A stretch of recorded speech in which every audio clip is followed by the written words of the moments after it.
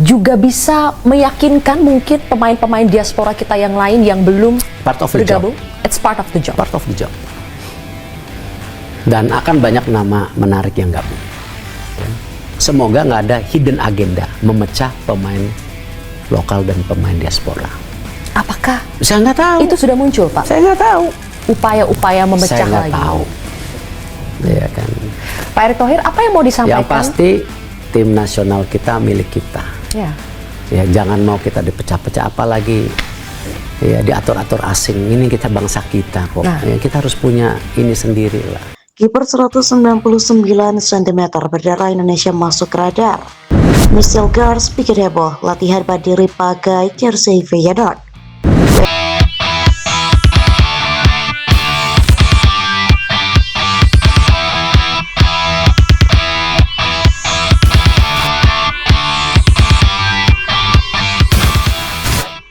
Nama Kain van Oivelen mulai menjadi perhatian setelah disebut memiliki garis keturunan Indonesia dari Surabaya.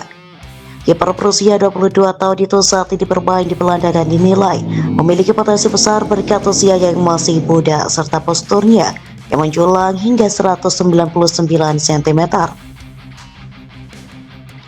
Dengan tinggi badan tersebut, Kain memiliki keunggulan dalam duel udara dan jangkauan saat mengawal gawang. Jika suatu saat memenuhi syarat dan bergabung dengan timnas Indonesia, ia berpotensi menambah kedalaman skuad sekaligus menciptakan persaingan sehat di posisi penjaga gawang. Meski belum ada proses naturalisasi maupun pemanggilan resmi, nama Kain mulai diperbincangkan sebagai salah satu prospek yang menarik untuk masa depan timnas Indonesia. Menurut kalian, apakah Kain van Oivelen layak menjadi bagian dari skuad Garuda jika memenuhi syarat? Nama Kain van Oivelen mendadak mencuri perhatian publik sepak bola Indonesia. Kiper muda berusia 22 tahun ini disebut memiliki garis keturunan Indonesia dari Surabaya. Sebuah fakta yang langsung memantik spekulasi. Apakah ia layak diproyeksikan sebagai penjaga gawang masa depan timnas Garuda? Kain saat ini berkarir di Belanda, negara yang dikenal melahirkan banyak talenta penjaga gawang kelas dunia. Ia postur menjulang setinggi 199 cm. Ia memiliki modal fisik yang jarang dimiliki kiper Indonesia. Tinggi badan tersebut memberinya keunggulan dalam duel udara, jangkauan tangan yang lebih luas, serta kemampuan menguasai area kotak penalti dengan lebih dominan. Di usia yang masih muda, ia juga dinilai memiliki ruang besar untuk berkembang. Meski belum ada proses naturalisasi maupun pemanggilan resmi dari PSSI, nama Kain mulai diperbincangkan di kalangan pecinta sepak bola nasional. Kehadirannya dianggap bisa menambah kedalaman skuad Garuda, sekaligus menciptakan persaingan sehat di posisi penjaga gawang. Dengan kompetisi yang semakin ketat, kualitas kiper Indonesia diyakini akan meningkat. Isu naturalisasi pemain diaspora memang bukan hal baru bagi timnas Indonesia. Dalam beberapa tahun terakhir, sejumlah pemain keturunan telah bergabung dan memberi dampak signifikan, baik di lini tengah maupun lini depan. Jika Kain memenuhi syarat administrasi dan menunjukkan komitmen kuat untuk membela Merah Putih, bukan tidak mungkin ia akan menjadi bagian dari proyek besar Garuda menuju panggung dunia. Namun proses naturalisasi bukan sekadar soal teknis. Ada faktor regulasi, kesiapan mental, serta kesediaan pemain untuk benar-benar berjuang demi Indonesia. Publik tentu berharap bahwa setiap pemain yang masuk bukan hanya menambah opsi, tetapi juga membawa semangat nasionalisme yang tulus. Kain van Oivelen kini berada di persimpangan jalan. Di satu sisi ia punya karir yang bisa terus berkembang di Eropa. Di sisi lain darah Indonesia yang mengalir dalam dirinya membuka peluang untuk menjadi bagian dari sejarah sepak bola tanah air. Pertanyaannya, apakah ia siap menjawab panggilan Garuda jika kesempatan itu datang? Yang jelas, nama Kain sudah masuk radar. Dan bagi timnas Indonesia memiliki kiper dengan postur 199 cm adalah sebuah kemewahan yang bisa mengubah peta kekuatan di bawah Mister. Publik ini menunggu apakah cerita ini akan berlanjut menjadi kenyataan, ataukah sekadar wacana, atau sekadar menjadi wacana yang hilang ditelan waktu.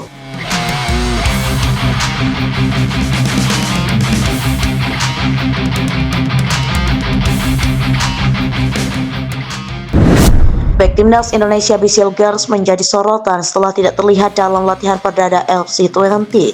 Ilgers ternyata memilih menjalani sesi latihan mandiri bersama dua pemain Belanda, yang lebih dulu dikenal publik, yakni Donny van de Beek dan Kian Fitzim. Namun, bukan hanya absennya dari latihan tim yang menarik perhatian, melainkan detail kecil yang langsung memicu spekulasi besar. Hilgers menggunakan jersey Feyenoord saat berlatih. Momen tersebut segera menyebar di media sosial.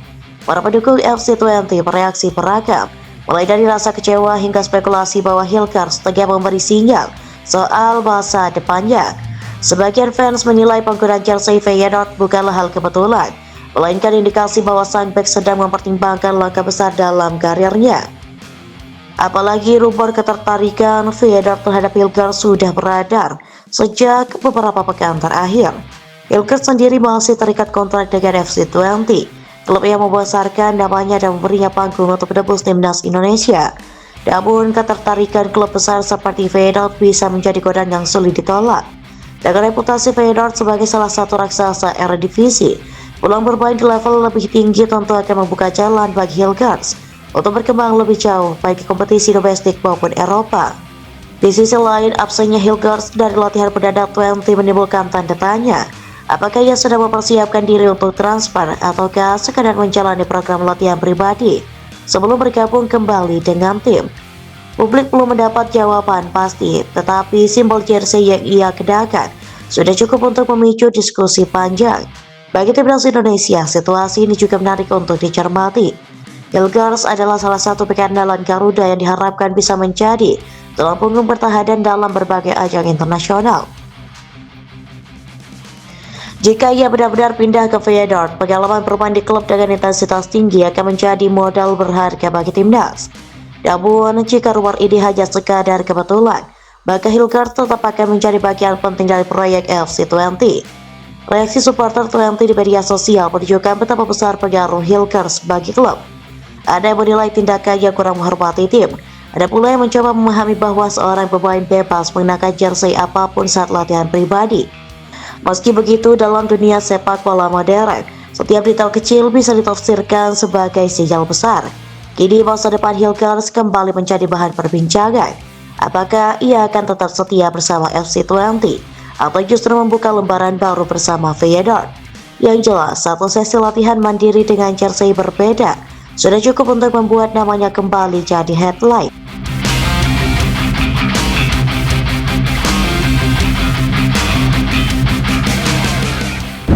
Lionel Messi mungkin dikenal sebagai maestro sepak bola dengan kemampuan dribble dan visi permainan yang luar biasa. Namun di balik kebebasan yang ia nikmati di lapangan, ada sosok-sosok yang siap pasang badan demi melindungi sang kapten.